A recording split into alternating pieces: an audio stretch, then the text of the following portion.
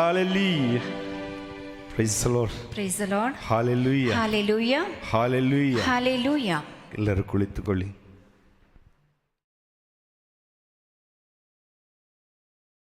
ಈ ಮುಂಜಾನೆ ಸ್ತುತಿ ಆರಾಧನೆಯ ಸಮಯದಲ್ಲಿ ಅಲ್ಪಸಂಖ್ಯೆಯಲ್ಲಿರುವ ನಮ್ಮೆಲ್ಲರನ್ನು ಪ್ರೀತಿಸಲು ದೇವರು ಪರಿಶುದ್ಧಾತ್ಮರ ಅಭಿಷೇಕವನ್ನು ಹೇರಳವಾಗಿ ಸುರಿಸಿದ್ದಾರೆ. ಈ ದಿನದ ಎಲ್ಲ ಶುಶ್ರೂಷೆಗಳಲ್ಲಿ ಭಾಗಿಯಾಗಿ ದೈವವಾಕ್ಯವನ್ನು ಕೇಳಿ ದೈವವಾಕ್ಯವನ್ನು ಅರಿತುಕೊಂಡು ಅದರಂತೆ ನಡೆಯಲು, ದೈವ ಚಿತ್ತವನ್ನು ಗ್ರಹಿಸಿಕೊಂಡು ಅದರಂತೆ ನಾವು ನಡೆಯಲು ದೇವರು ನಮ್ಮನ್ನು ಹೆಸರಿಡಿದು ಕರೆದಿದ್ದಾರೆ. Praise the lord. Hallelujah, hallelujah. ಪ್ರಿಯ ಸಹೋದರ ಸಹೋದರಿ, ದೇವರು ಈ ಲೋಕವನ್ನು ಸೃಷ್ಟಿಸಿದ್ದು ಅವರ ಇಷ್ಟದಂತೆಯೇ. ಈ ಲೋಕವನ್ನು ಸೃಷ್ಟಿಸಿ ಎಲ್ಲವನ್ನು ವೀಕ್ಷಿಸಿ ನೋಡಿ ಎಲ್ಲವೂ ಒಳಿತಾಗಿದೆ ಎಂದು ದೇವರು ಗ್ರಹಿಸಿಕೊಂಡು ಅನಂತರ ದೇವರು ತಮ್ಮ ಯೋಜನೆಯನ್ನು ಪ್ರಕಟಪಡಿಸಿದರು. ಅದಾಗಿದೆ ಆದಿಕಾಂಡ 1ನೇ ಅಧ್ಯಾಯ 26ನೇ ವಾಕ್ಯ. ನಮ್ಮಂತೆ ಇರುವ, ನಮ್ಮನ್ನೇ ಹೋಲುವ ಮನುಷ್ಯರನ್ನು ನಾವು ಉಂಟು ಮಾಡೋಣ. Price the lord. Hallelujah, hallelujah. ನಮ್ಮಂತೆ ಇರುವ, ನಮ್ಮನ್ನೇ ಹೋಲುವ ಮನುಷ್ಯನನ್ನು ಸೃಷ್ಟಿ ಮಾಡೋಣ ಎಂದು ದೇವರು ಹೇಳಿದ್ದು. ನಾವೆಲ್ಲರೂ ದೇವಾನುರೂಪಿಗಳೇ.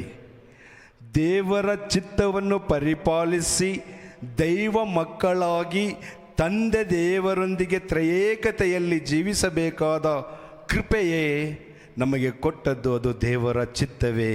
ಮನುಷ್ಯನನ್ನು ಸೃಷ್ಟಿ ಮಾಡಿ ಆತನು ಜೀವಿಸುವುದಕ್ಕಾಗಿ ಏದೇನ್ ತೋಟವನ್ನು ಪ್ರತ್ಯೇಕಿಸಿ ಏದೇನ್ ತೋಟವನ್ನು ನಿರ್ಮಿಸಿ ಮನುಷ್ಯನನ್ನು ತನ್ನೊಡನೆ ಇಟ್ಟುಕೊಳ್ಳುವುದಾಗಿದೆ ದೇವರ ಚಿತ್ತ. Price the lord.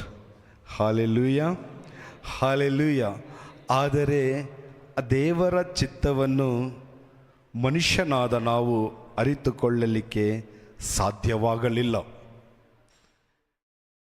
ಆ ದೇವರ ಚಿತ್ತ ಏನೆಂದು ಅರಿತುಕೊಳ್ಳುವಿಕೆ ಲೋಕದ ವ್ಯಕ್ತಿಗಳಾಗಲಿ ಲೋಕದ ಯಾವುದೇ ವಿಷಯಗಳಾಗಲಿ ನಮಗೆ ಕಲಿಸಿಕೊಡಲು ಸಾಧ್ಯವಿಲ್ಲ. Praise Lord. ಆ ದೇವರ ಚಿತ್ತ ಏನೆಂಬುದು ನಾವು ಅರಿಯಬೇಕಾದರೆ ನಮಗೆ ಮೊದಲಾಗಿ ಬೈಬಲ್ ಶ್ರೀಗಂಧದ ಅರಿವು ಇರಬೇಕು. Praise the lord. ಹಾಲೆಲೂಯ. ಸರ್ವತ್ತಿ ಹಾಲೆಲೂಯ. ಬೈಬಲ್ ಶ್ರೀಗಂಧದ ಅರಿವು ನಮಗಿರಬೇಕು. ಬೈಬಲ್ ಶ್ರೀಗಂಧ ದೇವರ ಕುರಿತು ನಾವು ಅರಿಯಬೇಕಾದರೆ ಏನು ಮಾಡಬೇಕೆಂದು ಹೇಳುತ್ತದೆ. ತಿಮೋತಿಗೆ ಬರೆದ 2ನೆಯ ಪತ್ರ 3ನೇ ಅಧ್ಯಾಯ 16ನೇ ವಾಕ್ಯ.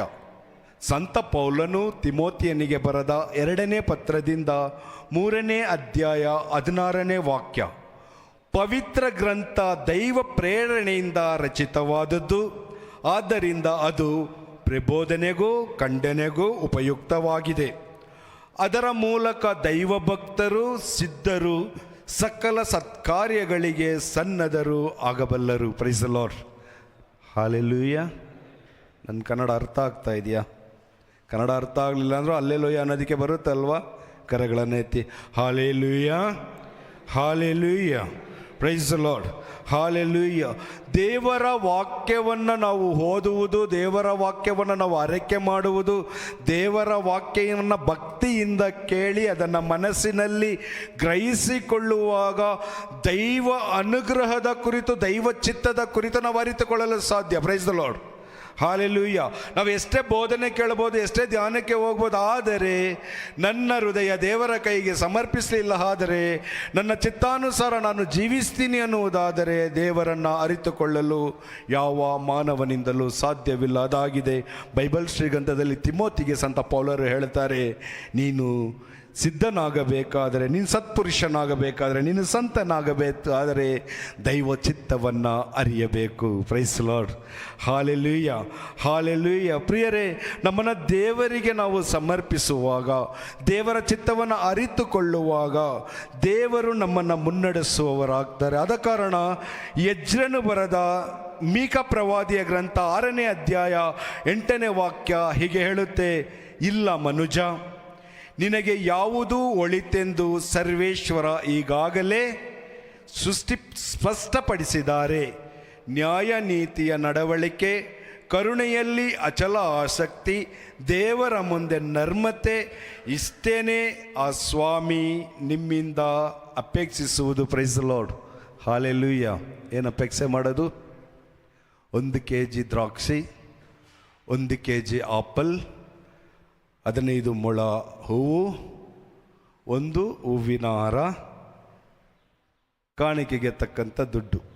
ದೇವರ ಅಪೇಕ್ಷೆ ಪಡ್ತಾರ? ದೇವರ ಚಿತ್ತ ಏನು ಮನುಷ್ಯನ ಮೇಲೆ? ಮಾತಾಡಿಯಪ್ಪ, ಏನು ದೇವರ ಚಿತ್ತ ಏನು? ಏನಾದರೂ ಮಾತಾಡಬೇಕು. ನಾನು ಈಗೇನು ಹೇಳಿದೆ? ಮೀಕ ಪ್ರವಾದಿ ಹೇಳಿದ್ರು, ನ್ಯಾಯ ನೀತಿಯ ನಡವಳಿಕೆ, ಕರುಣೆಯಲ್ಲಿ ಅಚಲ ಆಸಕ್ತಿ, ದೇವರ ಮುಂದೆ ವಿಧೇಯತೆ. ಆ ಸ್ವಾಮಿಗೆ ಬೇಕಾಗಿರೋದು ಇದೆ. ಪ್ರಪಂಚದಲ್ಲಿ ಸಿಗುತ್ತಾ? ಪ್ರಪಂಚ ಸ್ನೇಹ ಸಿಗುತ್ತಾ? ಪ್ರಪಂಚದಲ್ಲಿ ಸಿಗುತ್ತಾ? ಹೇಳಬೇಕಿಲ್ಲ, ಹೌದು ಸಿಗುತ್ತಾ? ನಮಗೆ ಎಂಥ ನೀತಿವಂತ ಸ್ನೇಹಿತನಾದರೂ ಈ ಮಾತುಗಳು ಹೇಳಕ್ಕೆ ಸಾಧ್ಯನಾ? ಇಲ್ಲ. ಆದರೆ ದೇವರು ಹೇಳ್ತಾ ಇದ್ದಾರೆ, ದೇವರ ಚಿತ್ತವನ್ನು ನಾವು ಅರಿತು ದೇವರ ನೀತಿಯನ್ನು ನಾವು ಪಾಲಿಸುವುದಾದರೆ ನಾನು ನೀತಿವಂತನಾಗ್ತೀನಿ. ದೇವರ ಕರುಣೆಯನ್ನು, ದೇವರ ಚಿತ್ತದ ಕರುಣೆಯನ್ನು ನಾನು ಅನುಭವಿಸುವುದಾದರೆ ನಾನು ಕರುಣವಂತನಾಗ್ತೀನಿ. ದೇವರ ಮುಂದೆ ನಾನು ವಿಧೇಯನಾಗ್ತೀನಿ ಅಂದರೆ ಸಕಲ ಜನಗಳ ಮುಂದೆ, ತಂದೆ ತಾಯಿಗಳ ಮುಂದೆ, ಸ್ನೇಹಿತನಿಗೆ, ಯಾರಿಗೆ ಆಗ್ಬೋದು, ನಾನು ವಿಧೇಯನಾಗಿ ಈ ಲೋಕದಲ್ಲಿ ಜೀವಿಸಲು ವಿಧೇಯತೆಯೇ ಮುಖ್ಯವಾದ ಅನುಗ್ರಹ. Praise the lord, hallelujah, hallelujah. ಪ್ರಿಯ ಸಹೋದರ ಸಹೋದರಿಯರೇ, ಇದನ್ನು ನಾವು ದೈವವಾಕ್ಯದ ಮೂಲಕವೇ ಅರಿತುಕೊಳ್ಳಲು ಸಾಧ್ಯ. ಈ ದೈವವಾಕ್ಯವನ್ನು ಅರಿತುಕೊಳ್ಳುವಾಗ ದೈವ ಚಿತ್ತದ ಅನುಗ್ರಹವನ್ನು ತಿಳಿದು ದೈವ ಚಿತ್ತದಂತೆ ನಡೆಯಲು ನಮ್ಮಿಂದ ಸಾಧ್ಯ. Price the lord, hallelujah, hallelujah. ಮೂರನೆಯದಾಗಿ, ಅವರು ನಮಗೆ ಭರವಸೆ ಮತ್ತು ಭವಿಷ್ಯವನ್ನು ನೀಡಲು ಯೋಚಿಸಿದ್ದಾರೆ, ಅಂದರೆ ಚಿಂತಿಸಿದ್ದಾರೆ. ಅವರ ಚಿತ್ತ ನನ್ನ ಭವಿಷ್ಯ ಮತ್ತು ಭರವಸೆ, ನನ್ನ ಭರವಸೆಯೂ ಭವಿಷ್ಯವೂ ದೇವರೇ ಆಗಿದ್ದಾರೆ. ದೇವರ ಚಿತ್ತದಂತೆ ನಾನು ನಡೆಯುತ್ತೇನೆ ಎನ್ನುವಾಗ ನಾವು ಈ ರಸ್ತೆ ಬದಿಯಲ್ಲೆಲ್ಲ ಹೋಗಿ ಭವಿಷ್ಯ ಕೇಳೋದಿಲ್ಲ. ಇನ್ನು ಯಾರ ಹತ್ರನೂ ಹೋಗಿ ನನ್ನ ಮಗಳ ಭವಿಷ್ಯ ಏನು, ನನ್ನ ಕುಟುಂಬದ ಭವಿಷ್ಯವೇನು, ನನ್ನ ಯೋಚನೆ ಏನು ಕೇಳೋದಿಲ್ಲ. ಯಾಕೆಂದರೆ ದೇವರು ಹೇಳಿದ್ದಾರೆ, ಯೆರೆಮೀಯ ಪ್ರವಾದಿಯ ಗ್ರಂಥ 29ನೇ ಅಧ್ಯಾಯ 11ನೇ ವಾಕ್ಯದಲ್ಲಿ, ನಿನಗೆ ಇಂಥ ಗತಿ ಬರಲಿ ಎಂದೆಲ್ಲ ನಿರೀಕ್ಷೆ ಇರಲೆಂದೇ ನಿಮ್ಮ ವಿಷಯದಲ್ಲಿ ನಾವು ಮಾಡಿಕೊಂಡ ಆಲೋಚನೆಗಳು ನಾನು ಮಾತ್ರ ಬಲ್ಲೆ. ಅವು ಅಹಿತ ಯೋಜನೆಗಳೇ ಅಲ್ಲ, ಹಿತಕರವಾದ ಯೋಜನೆಗಳೇ. Praise the lord, hallelujah, hallelujah. ನೀನು ದುಃಖಿಸಬೇಕು, ನೀನು ರೋಗಿಯಾಗಬೇಕು, ನೀನು ಸಾಲಗಾರನಾಗಬೇಕು, ನೀನು ನಿರ್ಗತಿಕನಾಗಬೇಕೆಂಬುದು ದೇವರ ಚಿತ್ತವಲ್ಲ. ನಿನ್ನ ಕುರಿತು ಒಳ್ಳೆಯ ಯೋಚನೆಯನ್ನು ಮಾಡಿರುವ ಒಬ್ಬನೇ ಒಬ್ಬ ತಂದೆ ಎಂದರೆ ಅದು ಪ್ರಭು ಕ್ರಿಸ್ತರು. ಚಪ್ಪಾಳೆ ತಟ್ಟಿ ದೇವರಿಗೆ ಕೃತಜ್ಞತೆಯನ್ನು ಸಲ್ಲಿಸಿ. Praise the lord, hallelujah, hallelujah. ಭೂತಮಾನ ಕಾಲವು, ವರ್ತಮಾನ ಕಾಲವು, ಭವಿಷ್ಯತ್ ಕಾಲವು ಯೇಸುವೇ ಆಗಿದ್ದಾರೆ. ನನ್ನ ಭವಿಷ್ಯ ಅವರೇ, ನನ್ನ ಮಕ್ಕಳ ಭವಿಷ್ಯ ಅವರೇ, ನನ್ನ ಮಕ್ಕಳ ಮಕ್ಕಳ ಭವಿಷ್ಯ ಅವರೇ. ಯಾಕಂದರೆ ಭೂತಮಾನ ಕಾಲವು, ವರ್ತಮಾನ ಕಾಲವು, ಭವಿಷ್ಯತ್ ಕಾಲವು ಯಾರಾಗಿದ್ದಾರೆ? ಪ್ರಭು ಯೇಸು ಕ್ರಿಸ್ತರಾಗಿದ್ದಾರೆ. ನಾನು ಯಾರನ್ನು ನಂಬಬೇಕು, ಯಾರ ಚಿತ್ತದಂತೆ ಜೀವಿಸಬೇಕು ಎಂಬುದನ್ನು ನಾವು ಅರಿತುಕೊಂಡು ಜೀವಿಸುವವರಾದರೆ ನಾವು ಜೀವಿತವನ್ನು ದೇವರ ಕರಗಳಲ್ಲಿ ಸಮರ್ಪಿಸಿ ಆತನ ಚಿತ್ತ ನೆರವೇರಿಸುವ ಮಗನಾಗಿ ಮಗಳಾಗಿ ನಾವು ಜೀವಿಸ್ತೇವೆ. Praise the lord, hallelujah, hallelujah, hallelujah. ಪ್ರಿಯ ಸಹೋದರ ಸಹೋದರಿ, 4ನೇ ವಿಷಯ, ನಾವು ಅವರ ಮುಂದೆ ವಿವೇಚಿಸಬೇಕು, ಅಂಗಲಾಚಿ ಪ್ರಾರ್ಥಿಸಬೇಕು. ಅವರ ಮುಂದೆ ನಾವು ನಮ್ಮ ಚಿಂತ ಭಾರಗಳನ್ನು ಒಪ್ಪಿಸಿಕೊಡಬೇಕು, ಅವರನ್ನು ಕಂಡುಕೊಳ್ಳಬೇಕು, ಅವರನ್ನು ಹುಡುಕಬೇಕು, ಅವರ ಹೃದಯವನ್ನು ತಟ್ಟಬೇಕು, ಅವರ ಆಸೆ ಅಭಿಲಾಷೆಗಳನ್ನು ಅರಿತುಕೊಳ್ಳಬೇಕು. ಅದರಂತೆ ನಾವು ದೇವರ ಮಗನಾಗಿ ಮಗಳಾಗಿ ಬಾಳಬೇಕೆಂಬುದೇ ದೇವರ ಉದ್ದೇಶ. Praise lord. Hallelujah, hallelujah. ಪ್ರಿಯ ಸಹೋದರ ಸಹೋದರಿಯ ಮತ್ತಾಯನ ಶುಭ ಸಂದೇಶ 7ನೇ ಅಧ್ಯಾಯ 7ನೇ ವಾಕ್ಯದಲ್ಲಿ ಹೇಳುತ್ತೆ, ಕೇಳಿರಿ ಕೊಡಲಾಗುವುದು, ತಟ್ಟಿರಿ ತೆರೆಯಲಾಗುವುದು, ಹುಡುಕಿರಿ ನಿಮಗೆ ಸಿಗುವುದು. ಸತ್ಯವನ್ನು ಅರಿತುಕೊಳ್ಳೋಣ. ನಾವು ಏನನ್ನು ಹುಡುಕುತ್ತಿದ್ದೇವೆ, ನಾವು ಯಾರಲ್ಲಿ ಕೇಳುತ್ತಿದ್ದೇವೆ, ನಾವು ಎಲ್ಲಿ ತಟ್ಟುತ್ತಿದ್ದೇವೆ? ಈ 3 ವಿಷಯಕ್ಕೆ ಯಾರಾದರೂ ಉತ್ತರ ಕೊಡ್ತೀರಾ? ಈ 3 ವಿಷಯಕ್ಕೆ ಯಾರಾದರೂ ಉತ್ತರ ಕೊಡಿ. ನಾವು ಯಾರ ಬಳಿಯಲ್ಲಿ ಅಂಗಲಾಚುತ್ತಿದ್ದೇವೆ, ನಾವು ಯಾರ ಮನೆಯ ಬಾಗಿಲು ತಟ್ಟುತ್ತಿದ್ದೇವೆ, ನಾವು ಎಲ್ಲಿ ಹುಡುಕುತ್ತಿದ್ದೇವೆ? Praise lord. Hallelujah, hallelujah. ನಾವು ವ್ಯಕ್ತಿಗಳನ್ನು ಹುಡುಕಿ ನಮ್ಮ ಕುರಿತು ಆಲೋಚನೆಗಳನ್ನು ಕೇಳ್ತೀವೋ ಇಲ್ವೋ? ಕೇಳ್ತೀವೋ ಇಲ್ವೋ? ಬೇರೆ ಜನನ ತಗೊಂಡ್ರೆ ಅದು ಏನದು ಜಾತಕ ಶಾಸ್ತ್ರ ಆಗ್ತದೆ. ಕ್ರೈಸ್ತರ ಲೆಕ್ಕಾಚಾರದಲ್ಲಿ ಕೌನ್ಸೆಲಿಂಗ್ ಆಗ್ತದೆ. ಕೌನ್ಸೆಲಿಂಗ್. ಮತ್ತು ನಮಗೆ ಏನಾದರೂ ಬೇಕು ಅನ್ನುವಾಗ ಕಂಡವರ ಮನೆ ತಟ್ಟುತ್ತೀವಿ ವಿನಃ ಸ್ವಂತ ಅಪ್ಪನ ಮನೆ ತಟ್ಟೋದಿಲ್ಲ. ಕಾರಣ ಅಪ್ಪ ಕೊಡೋದಿಲ್ಲ ಎಂಬುವ ಚಿಂತನೆ. ಅಪ್ಪನಿಗೆ ಮಕ್ಕಳ ಮೇಲೆ ಯೋಜನೆ ಇದೆ ಎಂಬುದನ್ನು ಮರೆತು ಕಂಡವರ ಮನೆ ತಟ್ಟುತ್ತಿದ್ದೇವೆ. ಅಂದರೆ ಅನ್ಯ ದೇವಾನುದೇವತೆಗಳನ್ನು ಆಶ್ರಯಿಸಿಕೊಳ್ಳುತ್ತಿದ್ದೇವೆ. ಅನ್ಯ ದೇವಾನುದೇವತೆಗಳನ್ನು ಏನದು ಆರಾಧನೆ ಮಾಡುವ ವ್ಯಕ್ತಿಗಳನ್ನು ನಾವು ಆಶ್ರಯಿಸಿಕೊಳ್ಳುತ್ತೇವೆ. ಈ ಕಾರಣ ಪ್ರಿಯರೇ, ದೇವರ ಯೋಜನೆ, ದೇವರ ಚಿತ್ತ ನಮಗೆ ಗೊತ್ತಿಲ್ಲ. ಯೇಸು ಕ್ರಿಸ್ತರು ಯಾಕೆ ಸಿಲ್ವೆ ಮೇಲೆ ಸತ್ರು? ಪಾಪ ಮಾಡಿದೋ? ಒಂದೇ ಕಾರಣ ಹೇಳ್ತೀವಿ, ಪಾಪ ಮಾಡಿದೋ ಅಲ್ಲ. ನನ್ನ ಸಕಲತೆಯನ್ನು ದೇವರಿಗೆ ಸಮರ್ಪಿಸಿ ತಂದೆ ದೇವರ ಚಿತ್ತವನ್ನು ನೆರವೇರಿಸಿ ನಾನು ಯೇಸುವಾಗಿ ಜೀವಿಸಬೇಕೆಂಬುದೇ ತಂದೆಯ ಚಿತ್ತ. ನನ್ನ ಮಗನು ಪರಿಶುದ್ಧನಾಗಿರುವಂತೆ ನೀವು ಪರಿಶುದ್ಧರಾಗಿರಿ. ಸಂತ ಪೇತ್ರರು ಹೇಳುತ್ತಾರೆ, ಹಳೆಯ ಒಡಂಬಡಿಕೆಯಲ್ಲಿ ಯಾಜಕಕಾಂಡ 19ನೇ ಅಧ್ಯಾಯ 2ನೇ ವಾಕ್ಯ ಹೇಳುತ್ತೆ, ನಾನು ಪರಿಶುದ್ಧನಾಗಿರುವಂತೆ ನೀವು ಸಹ ಪರಿಶುದ್ಧರಾಗಿರಬೇಕು, ಯಾಕೆಂದರೆ ನೀವು ನನ್ನ ಪ್ರಜೆ. Praise the lord. Hallelujah, hallelujah. ಬರೀ ಪಾಪವನ್ನು ಹೊತ್ತುಕೊಂಡು ಯೇಸು ಕ್ರಿಸ್ತರು ದೇವರ ಚಿತ್ತವನ್ನು ನೆರವೇರಿಸುವುದಕ್ಕಾಗಿ ಇಲ್ಲಿ ಬಂದಿಲ್ಲ. ನನ್ನನ್ನು ನೋಡಿ ಕಲಿತುಕೊಳ್ಳಿ, ನನ್ನನ್ನು ನೋಡಿ ಕಲಿತುಕೊಳ್ಳಿ, ನನ್ನ ನೋಗಕ್ಕೆ ಹೆಗಲು ಕೊಡಿ. ನನ್ನ ಹೃದಯ ಶಾಂತ ಹೃದಯ, ನನ್ನ ಹೃದಯ ದೀನ ಹೃದಯ, ನನ್ನ ನೋಗ ಹಗುರವಾಗಿದೆ, ಕಲಿತುಕೊಳ್ಳಿ. ಯೇಸುವನ್ನು ನೋಡಿ ಕಲಿಯುವುದೇ ಇಲ್ಲಿ ತಿಮೋತಿಗೆ ಸಂತ ಪೌಲ ಹೇಳ್ತಾ ಇರೋದು. ಬೈಬಲ್ ಶ್ರೀಗಂತ ಯೇಸುಕ್ರಿಸ್ತರ ಕುರಿತು ಬರೆದಿರುವುದು, ಯೇಸುಕ್ರಿಸ್ತರು ಯಾರು? ತಂದೆ ದೇವರ ಚಿತ್ತವನ್ನು ನೆರವೇರಿಸಲು ಈ ಧರೆಗೆ ಬಂದವರು. ತಂದೆ ದೇವರ ಪರಿಪೂರ್ಣತೆಯನ್ನು ನೆರವೇರಿಸಿ ಇಗೋ ನನ್ನ ಕಾರ್ಯವೆಲ್ಲ ಮುಗೀತು ಎಂದು ಹೇಳಿ ಸ್ವರ್ಗಾರೋಹಣವಾಗಿ ಹಿಂತಿರುಗಿ ಬರುತ್ತೇನೆ ಎಂದು ಹೇಳಿದ ದೇವರು ಇಗೋ ಆ ದೇವರ ಚಿತ್ತವನ್ನು ನೆರವೇರಿಸಿ ಸ್ವಂತ ಮಗನಾಗಿ ಮಗಳಾಗಿ ಮಾರ್ಪಡಬೇಕೆಂಬುದೇ ದೇವರ ಚಿತ್ತ. ಆದ ಕಾರಣ ಅವರು ಹೇಳಿದರು, ಕೇಳಿರಿ ಕೊಡಲಾಗುವುದು, ತಟ್ಟಿರಿ ತೆರೆಯಲಾಗುವುದು, ಹುಡುಕಿರಿ ನಿಮಗೆ ಸಿಗುವುದು. ಇದಕ್ಕೆ ಅರ್ಥ ಬೈಬಲ್ ಶ್ರೀಗ್ರಂಥದಲ್ಲಿ ನಾವು ಕಾಣೋಣ. ಯೆರೆಮೀಯ ಪ್ರವಾದಿಯ ಗ್ರಂಥ 29ನೇ ಅಧ್ಯಾಯ 12 ಮತ್ತು 13ನೇ ವಾಕ್ಯ. ನೀವು ನನಗೆ ಮೊರೆಯಿಡುವಿರಿ, ನನ್ನನ್ನು ಪ್ರಾರ್ಥಿಸಲು ಬರುವಿರಿ, ನಾನು ನಿಮಗೆ ಕಿವಿಗೊಡುವೆನು.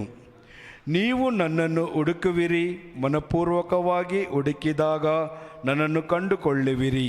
ಹೌದು, ನಾನು ನಿಮಗೆ ದೊರೆಯುವನು, ನಿಮ್ಮನ್ನು ನಿಮ್ಮ ದುರವಸ್ಥೆಯಿಂದ ತಪ್ಪಿಸಿ ಬಿಡಿಸುವೆನು. Praise the lord. Hallelujah, hallelujah. ನನ್ನ ಭವಿಷ್ಯಕ್ಕಾಗಿ, ನನ್ನ ಬಿಡುಗಡೆಗಾಗಿ, ನನ್ನ ಮಗಳ ಮದುವೆಗಾಗಿ, ನಮ್ಮ ಮನೆ ಕಟ್ಟಬೇಕು, ಇದು ಮಾಡಬೇಕು ಎಂದು ನಾವು ಕಂಡಲ್ಲಿ ಹೋಗಿ ಭವಿಷ್ಯ ಕೇಳೋದಲ್ಲ. ಯೇಸು ಕ್ರಿಸ್ತರನ್ನು ಆಶ್ರಯಿಸಿಕೊಂಡ್ರೆ, ತಂದೆ ದೇವರ ಚಿತ್ತವನ್ನು ಅರಿತುಕೊಂಡ್ರೆ, ಇಲ್ಲಿ ಹೇಳ್ತಾ ಇದ್ದಾರೆ, ನೀನು ನನಗೆ ಮೊರೆ ಇಡುವಾಗ ನಾನು ನಿನಗೆ ಸದುತ್ತರವನ್ನು ದಯಪಾಲಿಸುವೆ. ನೀ ಪ್ರಾರ್ಥಿಸುವಾಗ ನಾನಿನ ಪ್ರಾರ್ಥನೆ ಆಲಿಸುವೆ. ನೀ ಹುಡುಕಿದಾಗ ನಾನು ನಿನಗೆ ಸಿಗುವೆ. ನೀ ತಟ್ಟಿದಾಗ ತೆರೆದು ನಿನ್ನ ಕರ ಹಿಡಿದು ನಿನ್ನ ದುರವಸ್ಥೆಯಿಂದ ನಾನು ನಿನ್ನನ್ನು ಬಿಡುಗಡೆ ಮಾಡುವೆ. ಇದಾಗಿದೆ ದೇವರ ಚಿತ್ತ. ನಮಗೆ ಗೊತ್ತಾ?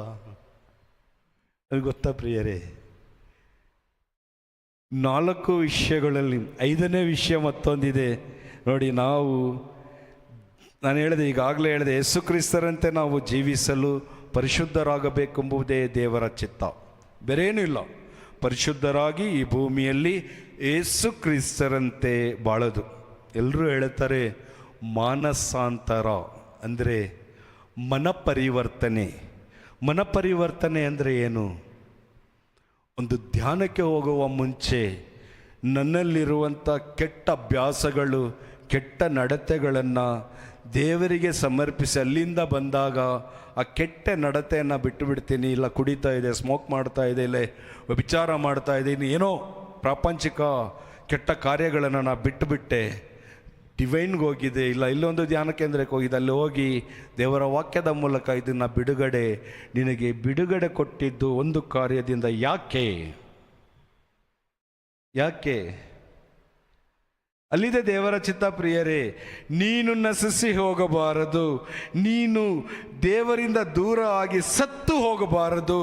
ನೀನು ನನ್ನ ಮಗನ ರಕ್ತದಲ್ಲಿ ಕ್ರಯಕ್ಕೆ ಕೊಂಡುಕೊಂಡ ಮಗನೂ ಮಗಳು ಆದ ಕಾರಣ ಈ ಪ್ರಪಂಚದಲ್ಲಿ ದೇವರಿಂದ ಬೇರಾಗಿ ನೀನು ಸಾಯುತ್ತಿರುವಂಥ ಸಂದರ್ಭದಲ್ಲಿ, ಮುಳುಗುತ್ತಿರುವಂಥ ಸಂದರ್ಭದಲ್ಲಿ, ಸಾಲದ ಅವಸ್ಥೆಯಲ್ಲಿ ಬಿದ್ದಿರುವಾಗ ದೇವರು ನಿನ್ನ ಮೇಲೆತ್ತಿ ಈಗ ಒಂದು ಅದ್ಭುತವನ್ನು ಮಾಡ್ತಾರೆ. ಅಂದರೆ ನೀನು ಅರಿತುಕೊಳ್ಳಬೇಕು, ನಿನ್ನ ಕುರಿತು ದೇವರಿಗೊಂದು ಯೋಜನೆ ಇದೆ, ದೇವರಿಗೊಂದು ಪದ್ಧತಿ ಇದೆ. ಬರೀ ಸಾಲದಿಂದ ಮಾತ್ರವಲ್ಲ, ಈ ಲೋಕದ ಸಕಲ ವಿಷಯಗಳಿಂದ ನನ್ನ ಮೇಲೆತ್ತಲು ದೇವರು ನನ್ನನ್ನು ಆಯ್ಕೆ ಮಾಡಿಕೊಂಡಿದ್ದಾರೆ. ಆತನ ಚಿತ್ತದಂತೆ ನಾನು ಜೀವಿಸಬೇಕು. ಇನ್ನು ಮುಂದೆ ಈ ಲೋಕವಲ್ಲ ನನಗೆ ಆಶ್ರಯ, ಇನ್ನು ಮುಂದೆ ಈ ಲೋಕದ ಆಸಕ್ತಿ ಎಲ್ಲ, ಈ ಲೋಕದ ಚಿಂತಾಭಾರಗಳೆಲ್ಲ ನನಗೆ ಸಂಪೂರ್ಣ ಯೇಸು ಕ್ರಿಸ್ತರೇ.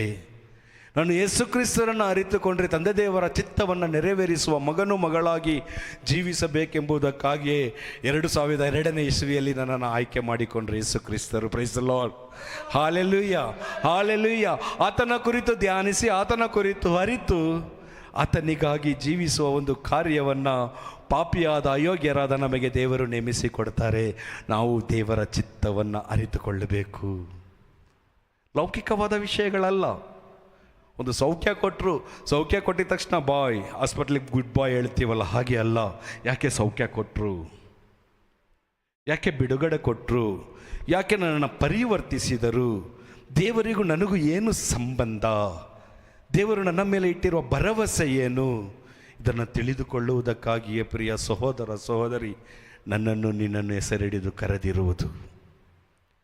ನನ್ನನ್ನು ನಿನ್ನನ್ನು ಹೆಸರಿಡಿದು ಕರೆದು ತನ್ನ ಸ್ವಂತ ಮಗನ ರಕ್ತದಿಂದ ಕ್ರಯಕ್ಕೆ ಕೊಂಡುಕೊಂಡಿದ್ದು ದೇವರ ಮಗನಾಗಿ ಬಾಳಲು,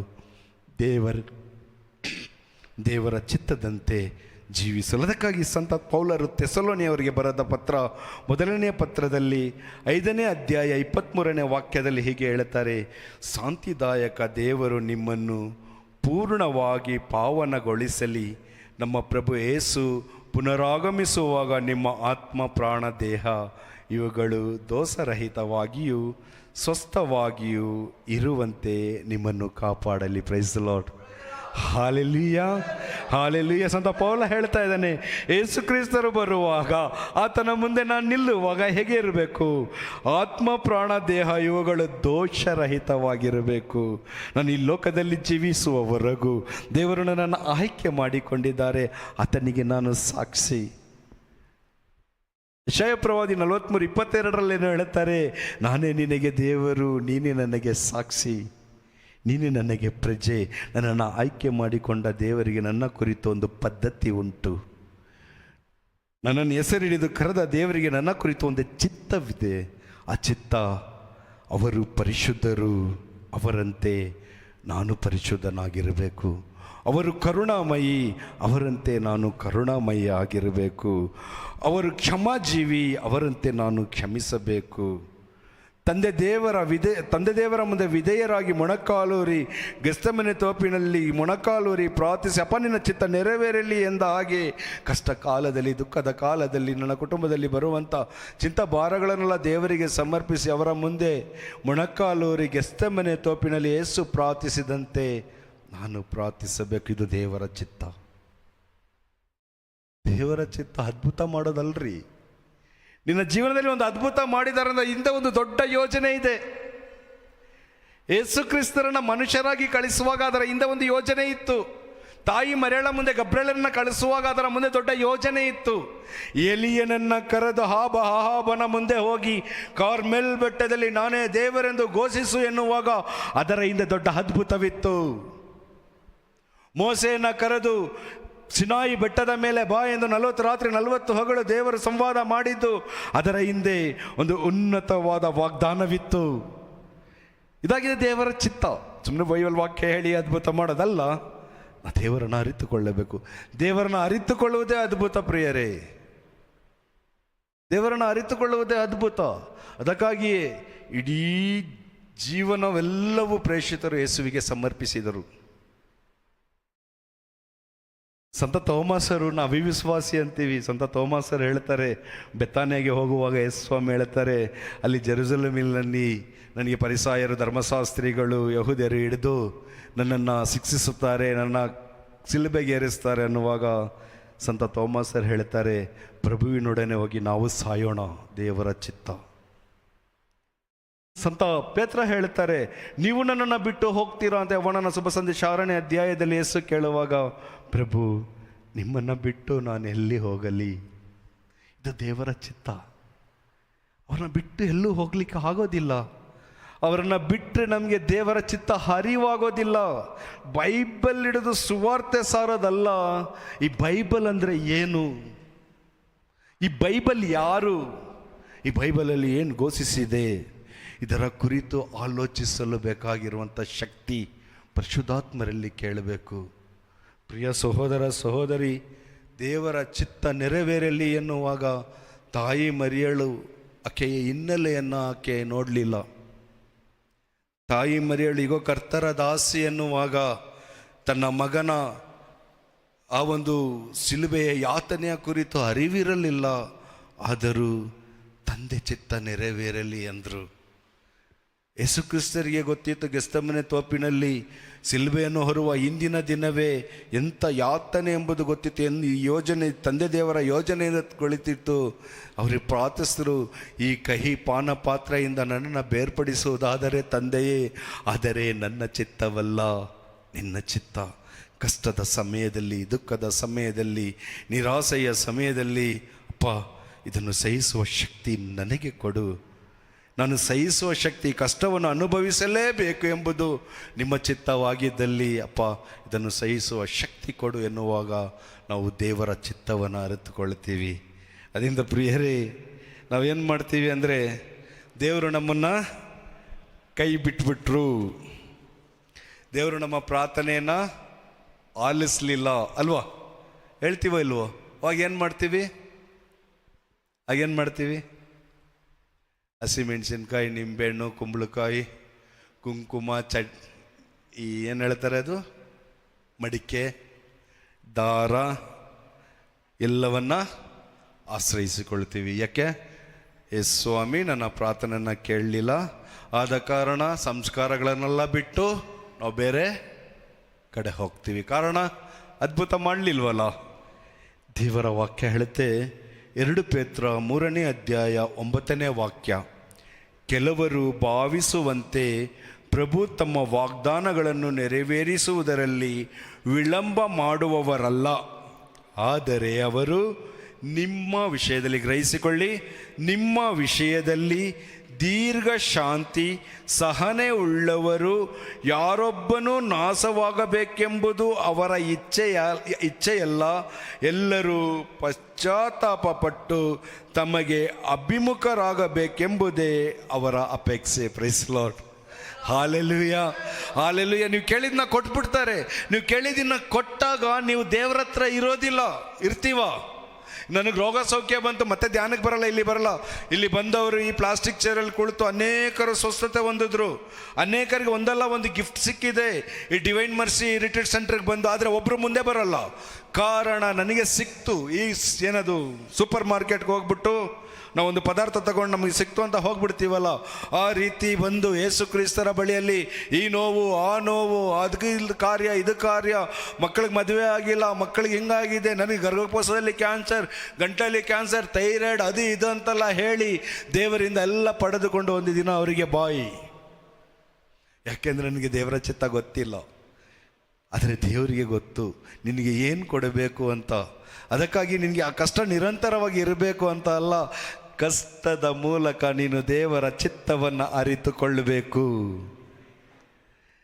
ನಿನಗೆ ಕಷ್ಟ ಬಂದಿದೆ, ನಾವು ಪ್ರಾರ್ಥಿಸುವ ವ್ಯಕ್ತಿ, ನನಗೆ ಯಾಕೆ ಕಷ್ಟ ಬಂತು ನನ್ನನ್ನು ಪ್ರಶ್ನೆ ಮಾಡೋದಲ್ಲ, ದೇವರನ್ನು ನಾನು ಪ್ರಶ್ನೆ ಮಾಡಬೇಕೇನಂತ.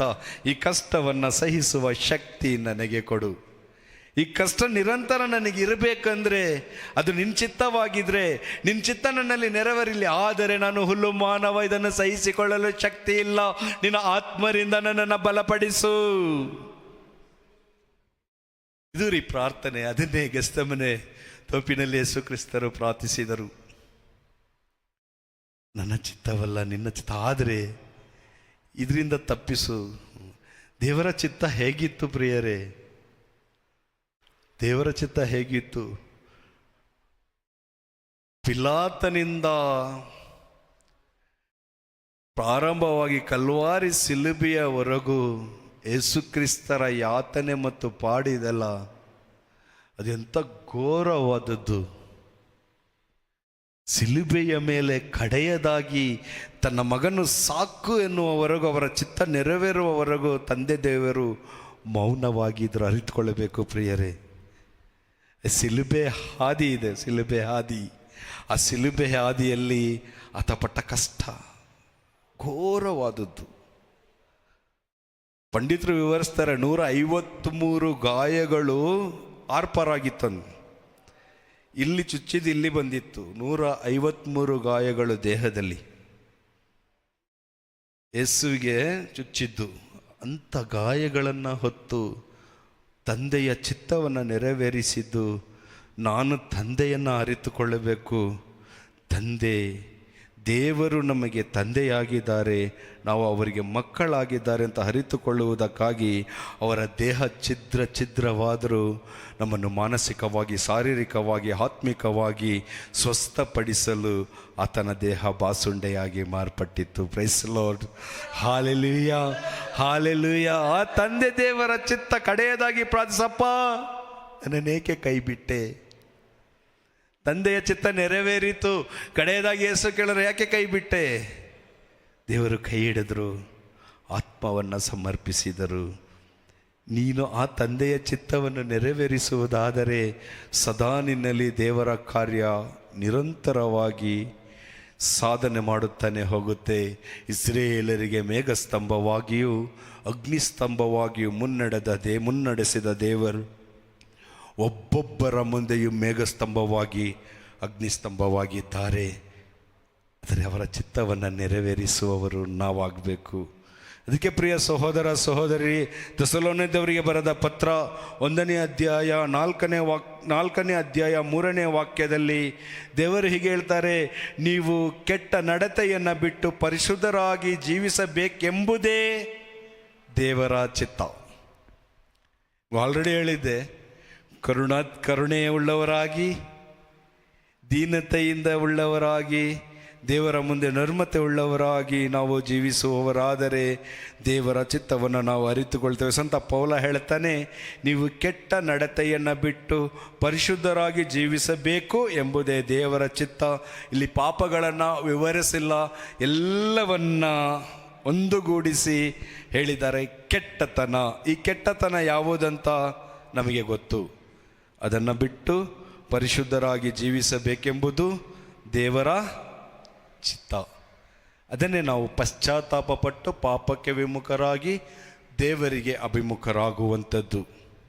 ದೇವರಿಗೆ ಅಭಿಮುಖರಾಗುವಾಗ ದೇವರ ಸಕಲ ಯೋಜನೆಗಳು ನಮ್ಮ ಮುಂದೆ ಪ್ರಕಟವಾಗುತ್ತೆ.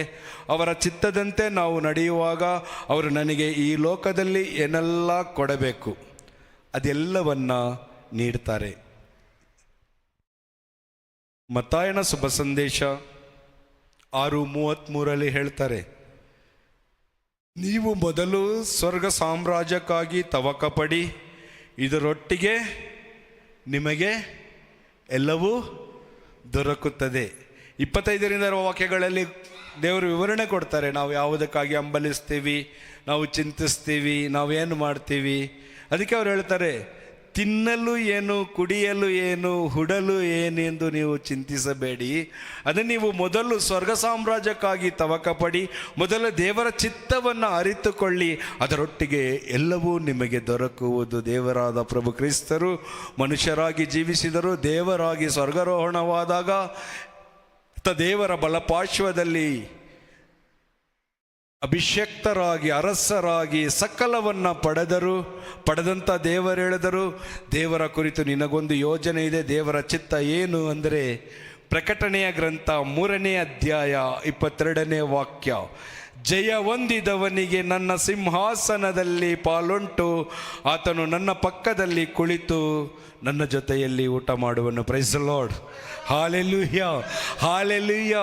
ಜಯ ಹೊಂದಿದವನು, ದೇವರ ಚಿತ್ತ ಕಡೆಯದಾಗಿ ಪ್ರಕಟಣೆ ಗ್ರಂಥದಲ್ಲಿ ಯೇಸು ಹೇಳ್ತಾರೆ, ಯೇಸುವಿನ ಪಕ್ಕದಲ್ಲಿ ನಾನು ಕುಳಿತುಕೊಳ್ಳುವಂಥ ದೈವ ಪ್ರಜೆಯಾಗಿ ಸ್ವರ್ಗ ಸಾಮ್ರಾಜ್ಯದಲ್ಲಿ ಸಕಲವನ್ನು ಪಡೆಯುವ ದೈವ ಮಗನಾಗಿ, ಮುದ್ರಿಸಲ್ಪಟ್ಟವನಾಗಿ, ಅಭ್ಯಂಗಿಸಲ್ಪಟ್ಟವನಾಗಿ, ಅರಸರ ಜೊತೆಯಲ್ಲಿ ಸಿಂಹಾಸನದಲ್ಲಿ ಪಾಲುಗಾರರಾಗಿ ನಾವು ಬಾಳಿ ಜೀವಿಸುತ್ತೇವೆ ಎಂಬುದಾಗಿ ಯೇಸು ಹೇಳ್ತಾರೆ. ಇದು ಜೀವದ ಈ ದೇವರ ಚಿತ್ತ, ನಮ್ಮನ್ನು ಅವರೊಟ್ಟಿಗೆ ಸತ್ಸಂಬಂಧದಲ್ಲಿ ಇರಿಸಿಕೊಳ್ಳುವುದೇ ದೇವರ ಚಿತ್ತ. ಯೇಸು ಕ್ರಿಸ್ತರಂತೆ ಮನಪರಿವರ್ತನೆ ಅಂದರೆ ಯೇಸು ಕ್ರಿಸ್ತರಂತೆ ಆಗುವುದು. ಯೇಸು ಕ್ರಿಸ್ತರಂತೆ ಆಗಿ ದೇವರ ಚಿತ್ತವನ್ನು ನೆರವೇರಿಸಿ ದೇವರ ಚಿತ್ತದಂತೆ ಬಾಳುವಾಗ ನಮಗೆ ಬಹುಮಾನ ಎಲ್ಲಿ ಉಂಟು? ಸ್ವರ್ಗದಲ್ಲಿ. ಯೇಸು ಕ್ರಿಸ್ತರ ಪಕ್ಕದಲ್ಲಿ ಕುಳ್ಳಿರಿಸಿ ನಮಗೆ ದೇವರೇ ಕಿರೀಟವನ್ನು ತೊಡಿಸಿ ಅಭ್ಯಂಗಿಸುವ ಅನುಗ್ರಹ, ದೇವರ ಚಿತ್ತಕ್ಕೆ ದೊರೆಯುವ ಉನ್ನತವಾದ ಬಹುಮಾನ. ಎಲ್ಲರೆದ್ದು ನಿಲ್ಲಿ.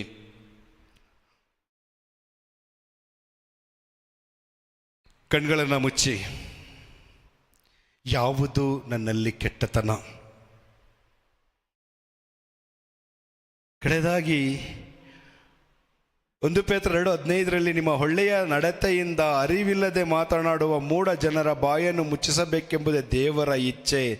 ಇವು ನಾನು ಒಳ್ಳೆಯ ಪಶ್ಚಾತ್ತಾಪಪಟ್ಟು ಪಾಪಕ್ಕೆ ವಿಮುಖನಾಗಿ ದೇವರ ಚಿತ್ತವನ್ನು ನೆರವೇರಿಸುವ ಮಗನಾಗಿ ನಾನು ಜೀವಿಸಿ ನನ್ನ ನಡೆನುಡಿಗಳಿಂದ ಮತ್ತೊಬ್ಬರನ್ನು ದೇವರ ಕಡೆಗೆ ಕರೆತರುವಂಥ ಮಗನಾಗಿ ಮಗಳಾಗಿ ಬಾಳಲು, ಆ ದೈವ ಚಿತ್ತವನ್ನು ನಾನು ನೆರವೇರಿಸಲು ಪರಿಪೂರ್ಣ ಪರಿಶುದ್ಧತೆಯನ್ನು ನನಗೆ ದಯಪಾಲಿಸಿರೆಂದು ಮತ್ತೊಮ್ಮೆ 2 ಕರಗಳನ್ನು ಮೇಲೆ ಚಾಚುತ್ತಾ ಆ ಪರಿಶುದ್ಧತೆಯ ಕೃಪೆಗಾಗಿ ಪರಿಶುದ್ಧಾತ್ಮರಲ್ಲಿ ಪ್ರಾರ್ಥಿಸುತ್ತಾ ದೇವರನ್ನು ಸ್ತುತಿಸಿ ಮಹಿಮೆ ಪಡಿಸೋಣ.